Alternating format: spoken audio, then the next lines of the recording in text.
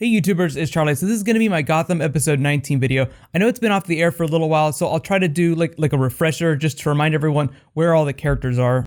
It's the beginning of a two-part arc with Milo Ventimiglia's character. He's playing the Ogre. He's a character from the comics, so I'll start by explaining who that is. Just careful for spoilers from the episode if you haven't seen it yet. The character's called the Ogre, but his real name is Michael Adams. He only appeared once in the comics, and he's kind of a riff on Frankenstein. He was a genetically altered person that killed the scientist that created him. He was like the last in a line of experiments.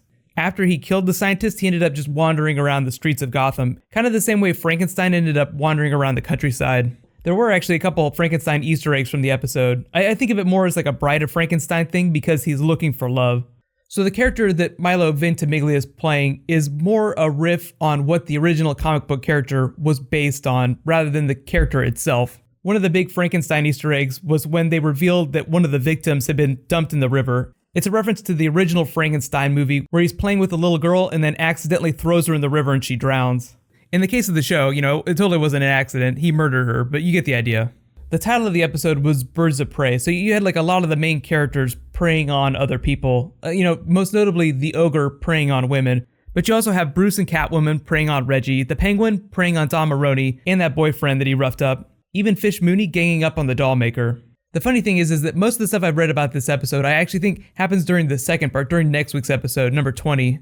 Since Gotham's been off the air for a while, I'm just going to take like what happened in this episode and just do a refresher for each of the characters, just like update their storylines. Starting with Bruce and Selina, they find out who the board member is who's making all these orders.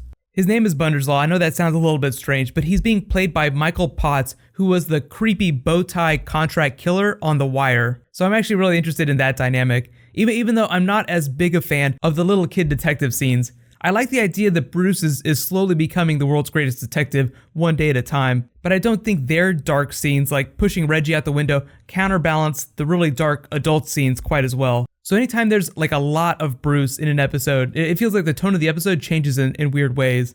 One small departure from the comics is that, Catwoman is the one to push Reggie out the window, but she's the one in the comics that helps informs Bruce's decision to not kill anyone.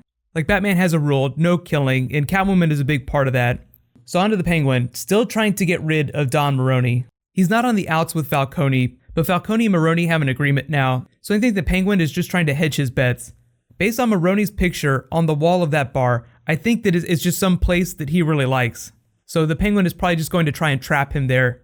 Fish Mooney, of course, still trying to escape the Dollmaker. I know it seems like she drunk the Kool-Aid, but this episode answered most of those questions. She definitely wants out. Her story was a nice metaphor for the Ogre flashbacks. All the women that the Ogre trapped.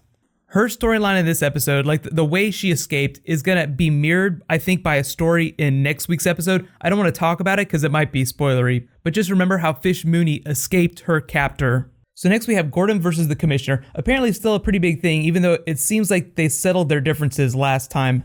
I was a little taken aback about how they brought the Commissioner back in this episode, how he was running the plot against Gordon, trying to get him to take the Ogre case. I think what the Commissioner was thinking is that the Ogre would take care of his Gordon problem for him, or they cancel each other out, like they kill each other. The way they hauled him in actually makes the character seem a lot weaker, the Commissioner character. He seemed like a much bigger deal earlier this season.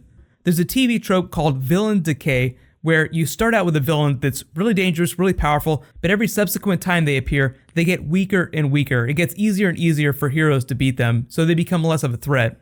The same thing kind of happened on Arrow with the Deathstroke character. Like whenever he came back after season 2, he was way weaker, way easier to beat.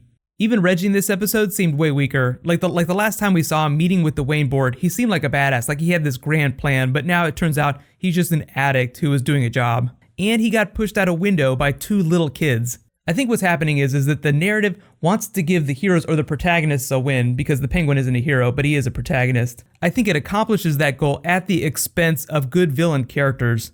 There should be a way for the protagonists to win without making the villains seem like idiots.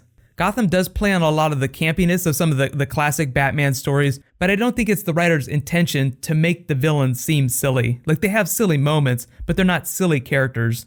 So far, one of the few villains I think that's held up in terms of threat level is the Dollmaker. So they might position him as the big bad of the season, or one of the big bads if they have multiple. We really don't know about these Wayne board people yet. But I'll be a little disappointed if Bruce is able to take them down all by himself. I mean, he's a little kid. He needs help. It'd be like Oliver Queen beating Ra's al Ghul in a simple fight.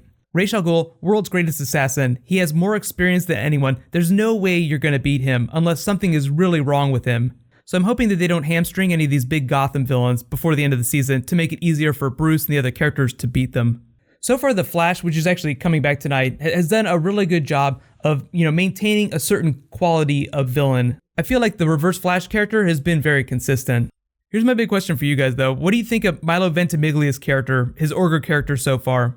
I'm not a huge fan of the actor. I'll give him a chance though. We'll see in like the second part of this story if it picks up a little bit. Most of you probably know him from Heroes. I feel like he started out really awesome in season 1 and then just like slowly got worse. Like his character just wasn't that interesting by the end of the series.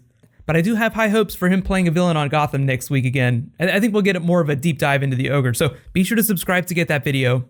I already mentioned most of the Easter eggs in the episode, mostly, Frankenstein character, Ogre from the comics, as well as Bride of Frankenstein stuff. Actually kind of funny Easter eggs. Just as an update, because I'm probably not going to make a video for it, Constantine seems like it's been canceled. I haven't heard official word from the showrunner yet, but most of the TV journalists that I follow are saying they have unofficial confirmation from the networks. I think the character has high potential to guest star on the Flash or Arrow inside that universe, so I'll talk a little bit more about that during my Flash video tonight. So while you guys wait for that, there was actually a really big Ant-Man trailer that I posted a video for yesterday. You can click here to watch that now, and you can click here for all my other Gotham videos just to catch up. Thank you so much for watching, everybody. Let's high five. I'll see you guys tonight.